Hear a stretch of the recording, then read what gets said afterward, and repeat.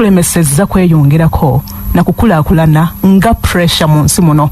Okweteeka ku pressure kintu kizibu ddala era bangi kitulemesezza okubaako wetutuula ne wetutuuka mu nsi eno. Nkugamba nti nze ng'omumbejja emitima kale tekiri professional kwogera ku soul healing, therapy sessions, counseling and guidance sessions zange zenkola mu bifo ebyenjawulo okusingira ddala mu masomero nga masomero gampise okwogerako eri abayizi baabwe especially over the weekend. Naye sometimes munnange kinsobera mbeera ne ba clients abali very very interesting. Juzi nina ekibiina ky'abakyala bannange abampita okwogerako gye bali twayogera ku nsonga nnyingi nnyo ezitutwala mu maaso naye gye nasinga okuzuula ng'ekizibu yali pressure. Bye nabagamba naawe omulungi ampuliriza kambi kugambe amazima gakaawa naye ate geesigaliza ekitiibwa. Oba oli mukazi oba oli musajja ekituufu kiri nti si ffenna nti twatondebwa era nti tuteekwa okufumbirwa n'okuwasa. Nkiddamu nti si ffenna nti twatondebwa okufumbirwa n'okuwasa, si ffenna nti tuteekwa okugaggawala newankubadde nga tugezaako nnyo kubanga munnange teri ayagala kuba mwavu.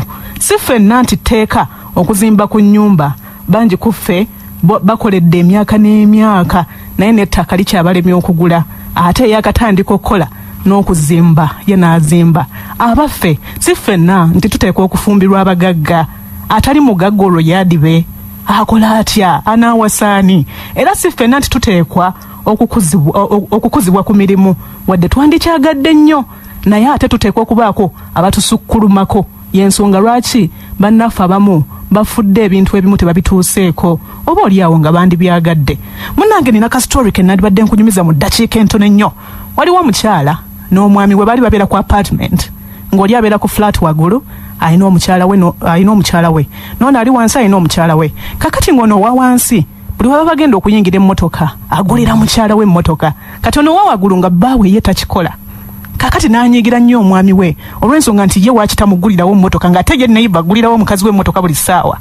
Munnange n'anoba n'agenda okugenda okomawo nga yeebuuzisabuuzisa mpolampola lwaki ono wamuguliranga emmotoka. Omusajja n'amunnyonnyola ensonga ze n'amugamba anti mukyala wange talina maanyi bulungi ate ekirala omugulu gwe guno ogweno mulema kati mba nina omuwanirirako okumugulirawo n'ekirala olujja olwo nze mba nina oddugulira eri y'ensonga lwaki neesanga nga nti nze nteekeddwa okulayika nga mumugulira. Kale n'olaba ng'ekyamunobya kintu kitono nnyo nnyo nnyo nnyini ddala.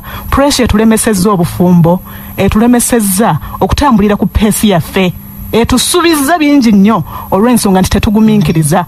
Pressure etulwazizza, etuswazizza. Bangi gye tuli ne we tuli kati amazima tetwagalawo naye tuliyo lwa banandaba batya.